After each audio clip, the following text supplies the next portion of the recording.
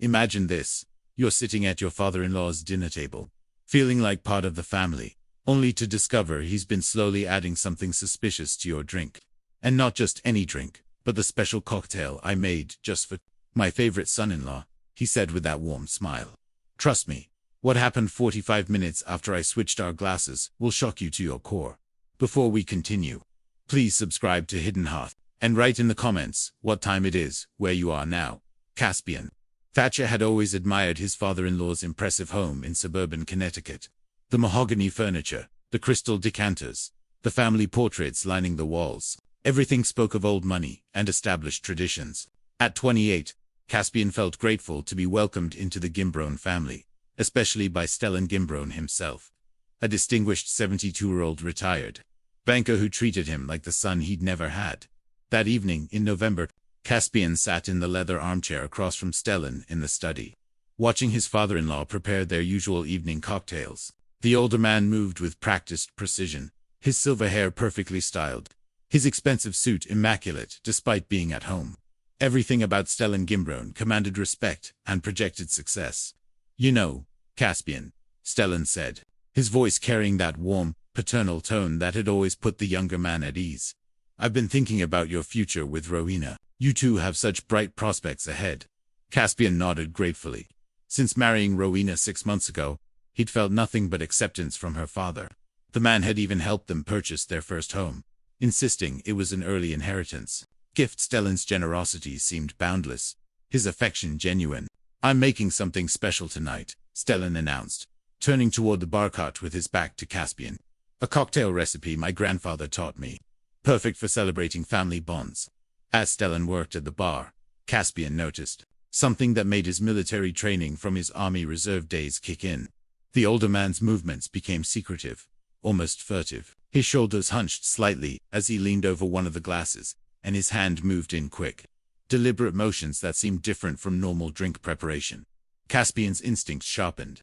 From his angle, he could see Stellan reach into his vest pocket and withdraw something small, a tiny glass vial no larger than his thumb. The older man glanced quickly over his shoulder, confirming Caspian wasn't watching, then tipped white powder from the vial into the glass on the left. The powder dissolved almost instantly as Stellan stirred with unusual intensity. The motion was urgent, professional, like someone who had practiced this exact sequence before. Caspian forced himself to remain perfectly still, his face maintaining the same relaxed expression, but his mind raced with growing alarm. Almost ready, Stellan called cheerfully, his voice carrying none of the tension his body had displayed moments before. I think you'll really enjoy this blend. Caspian watched as his father-in-law arranged the glasses on a silver tray, making sure to position the tampered drink on the left side, exactly where Caspian always sat when they had their evening talks. This wasn't random. Stellan knew his habits, had planned this down to the smallest detail. Just need to freshen up, Stellan said, wiping his hands on a bar towel. I'll be right back. Don't start without me. The moment Stellan disappeared down the hallway toward the guest bathroom, Caspian moved. 3 decades of watching his grandfather's military precision had taught him the value of quick, decisive action. He rose silently from his chair and crossed to the bar in 4 quiet steps. The glasses sat side by side. Identical crystal tumblers filled with amber liquid that looked perfectly normal. But Caspian now knew which one contained death. And he had perhaps 30 seconds before. Stellan returned, with movements as smooth and silent as his grandfather had taught him during childhood games that were really training exercises. Caspian swapped the glasses. Left became right. Poisoned became pure. The entire exchange took less than 10 seconds. He was back in his chair, heart pounding but face calm, when Stellan returned with that same warm smile. Perfect timing, the older man said, lifting the tray and approaching Caspian's chair. Here's to family, son. Stellan placed the poisoned glass, now his own, directly in front of himself, then handed Caspian the clean drink. The irony was perfect and terrifying. A man who had planned murder was about to become his own victim. To our growing family, Stellan raised his glass with genuine warmth in his voice. Completely unaware that he was toasting his own demise, Caspian lifted his glass, studying his father-in-law's face for any sign of recognition or suspicion. There was none. Stellan's blue eyes sparkled with what looked like genuine affection. His smile appeared completely authentic. If Caspian hadn't witnessed the poisoning himself, He would never have suspected this distinguished gentleman of attempted murder. They drank together, and Caspian had to force himself not to watch too intently as Stellan consumed the tampered cocktail. The older man seemed to savor it, taking several appreciative sips while discussing plans for the upcoming holidays.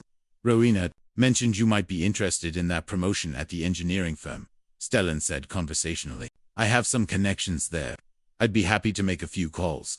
The casual way he offered help while having just tried to kill him sent chills through Caspian's body. Was this how Stellan had lived his entire life? Presenting kindness while plotting harm. 20 minutes passed in seemingly normal conversation about work, the weather, Rowena's plans to redecorate their bedroom.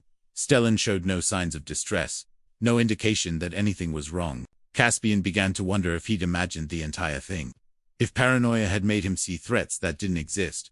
Then Stellan paused mid-sentence, his hand moving to his throat. Excuse me, he said, his voice slightly hoarse. I think I'm getting a touch of something. Throat feels a bit scratchy. Caspian maintained his concerned expression, while watching every detail of what unfolded next. Stellan's breathing became slightly labored, and he loosened his tie with fingers that trembled almost imperceptibly. Are you feeling all right? Caspian asked, playing the role of the worried son-in-law perfectly. I'm sure it's nothing, Stellan replied, but his face had begun to take on a grayish pallor. Perhaps something I ate earlier disagreed with me. 5 more minutes passed before the symptoms became impossible to ignore. Stellan's hands shook as he set down his glass, and sweat beaded on his forehead, despite the cool evening air. His breathing grew shallow and rapid. Caspian, he said, his voice now weak and strained, I think I need to sit down properly. But as Stellan tried to stand, his legs buckled. He gripped the arm of his leather chair, his knuckles white with effort, his face now pale and drawn. The distinguished banker who had commanded respect in boardrooms across the state was reduced to a trembling, desperate man. What's happening to me? Stellan gasped, his eyes wide with confusion and growing fear. Caspian stood slowly, looking down at the man who had just tried to murder him. I think you know exactly what's happening, Stellan. The older man's eyes widened as understanding began to dawn. You switched, the glasses. Yes, Caspian's voice was calm, factual. I saw you add something to my drink. White powder, from a small vial. Very professional technique. Stellan's mouth opened and closed soundlessly, his face a mask of shock and terror. The realization of what he had done to himself was clearly more horrifying than the physical effects of the poison. Why? Caspian asked, genuinely curious despite the circumstances. Why did you want me dead? Stellan's breath came in short, desperate gasps. The inheritance. Rowena's trust fund. UWEREN. Single quotes 2. The pieces fell into place with sickening clarity. Rowena's inheritance. The family money that would pass to her husband upon her father's death. Money that Stellan apparently couldn't bear to see go to an outsider, even one he'd pretended to love like a son. You were planning to kill me and make it look natural, Caspian said, his voice steady despite the horror of the situation. Then, comfort your grieving daughter and maintain control of the family fortune.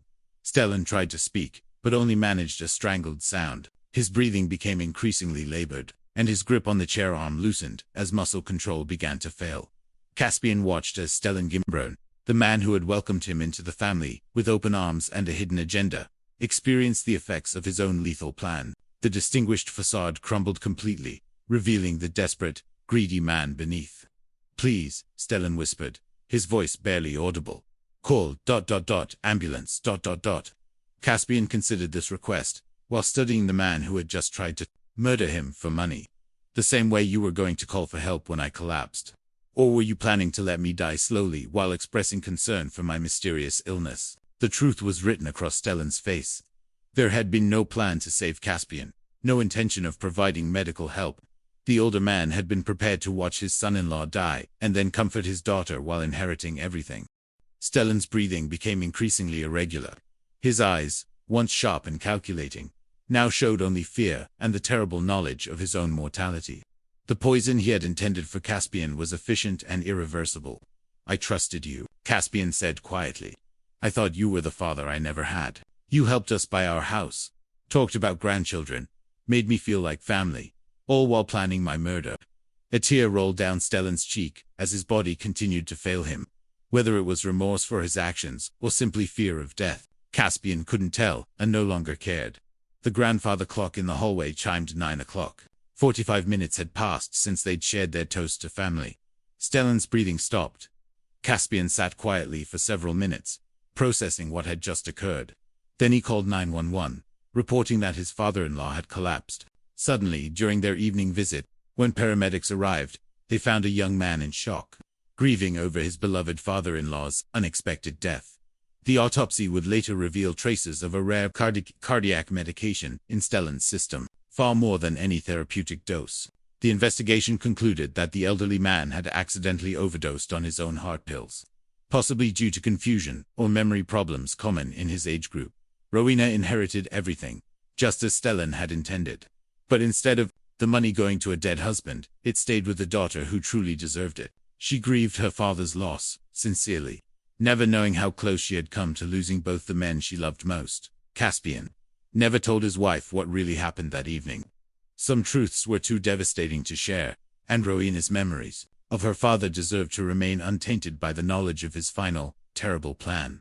But late at night, when sleep eluded him, Caspian would remember the weight of those crystal glasses in his hands and the choice that had saved his life. Sometimes justice comes not from the law, but from the simple act of refusing to be a victim. The house in Connecticut still stands, and the study still contains those same leather chairs and crystal decanters. But the evening cocktails ended. The night Stellan Gimbron learned that some plans have a way of turning back on their creators. Now, I have a question for you. Have you ever had someone close to you betray your trust in a way that completely changed how you saw them? Share your story in the comments below. If you enjoyed this story, please give it a thumbs up and subscribe to Hidden Hearth for more tales of family secrets, betrayal, and unexpected justice. Thank you for listening, and I'll see you in the next story.